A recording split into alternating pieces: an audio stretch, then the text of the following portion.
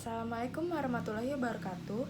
Perkenalkan, nama saya Cynthia Kawai dengan NIM 19106111255 akan menjelaskan tentang hubungan hukum internasional dan hukum nasional. Materi yang akan dijelaskan. Yang pertama, pengertian hukum internasional. Yang kedua, pengertian hukum nasional. Yang ketiga, hubungan hukum internasional dan hukum nasional. Yang terakhir atau keempat adalah esensial hukum internasional. Pengertian hukum internasional. Hukum internasional dapat didefinisikan sebagai sekumpulan hukum yang sebagian besar terdiri atas prinsip-prinsip dan peraturan-peraturan yang harus ditaati oleh negara-negara dan oleh karena itu juga harus ditaati dalam hubungan-hubungan antara satu dengan lainnya. Pengertian hukum nasional.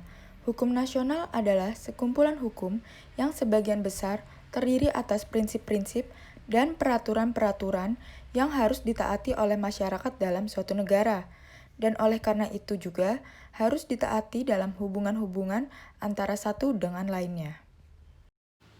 Lalu, dalam hubungan hukum internasional dan hukum nasional terdapat dua teori, yaitu teori dualisme dan teori monisme. Apa maksud dari kedua teori tersebut? Teori dualisme dan teori monisme.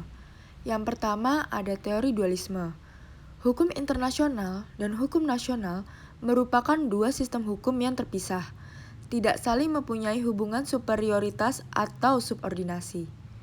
Berlakunya hukum internasional dalam lingkungan hukum nasional memerlukan ratifikasi menjadi hukum nasional.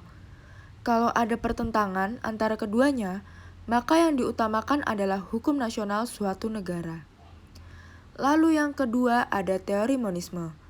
Hukum internasional dan hukum nasional saling berkaitan satu sama lainnya.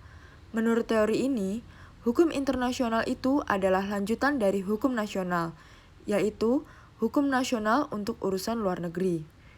Hukum nasional kedudukannya lebih rendah dibanding dengan hukum internasional.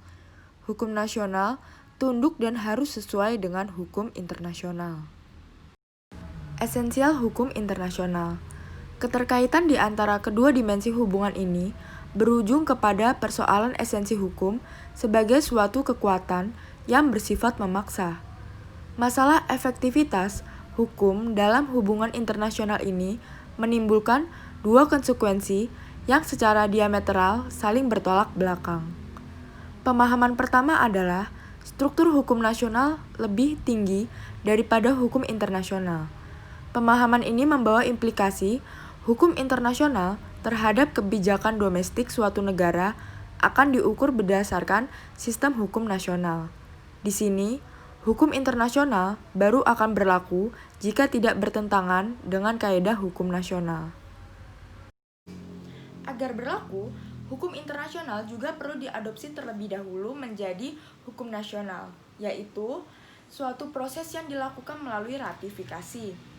Dasarnya adalah doktrin hukum Pacta Sunt Servanda, di mana perjanjian berlaku sebagai hukum bagi para pihak. Perjanjian merefleksi itikat bebas yang dicapai secara sukarela oleh subjek hukum internasional yang memiliki kesetaraan satu sama lain. Sebaliknya, hukum dinilai tidak efektif jika tidak ada keinginan negara untuk tunduk di bawah ketentuan yang diaturnya. Pemahaman kedua mendalilkan bahwa hukum internasional otomatis berlaku sebagai kaidah hukum domestik yang mengikat negara tanpa melalui proses adopsi menjadi hukum nasional. Menurut paradigma ini, hukum internasional merupakan pondasi tertinggi yang mengatur hubungan antar negara. Sumber kekuatan mengikat hukum internasional adalah prinsip hukum alam atau customary yang menempatkan akal sehat masyarakat internasional sebagai cita-cita dan sumber hukum ideal yang tertinggi. Terlepas dari ada atau tidaknya persetujuan ini, secara yuridis negara dapat terikat oleh prinsip hukum internasional yang berlaku universal atau oleh kaidah kebiasaan internasional. Customary itu sendiri membuktikan bahwa praktek negara atas sesuatu hal yang sama dan telah mengkristal, sehingga diakui oleh masyarakat internasional, memiliki implikasi hukum bagi pelanggaran terhadapnya. Sekian penjelasan dari saya, kurang lebihnya mohon maaf. Wassalamualaikum warahmatullahi wabarakatuh.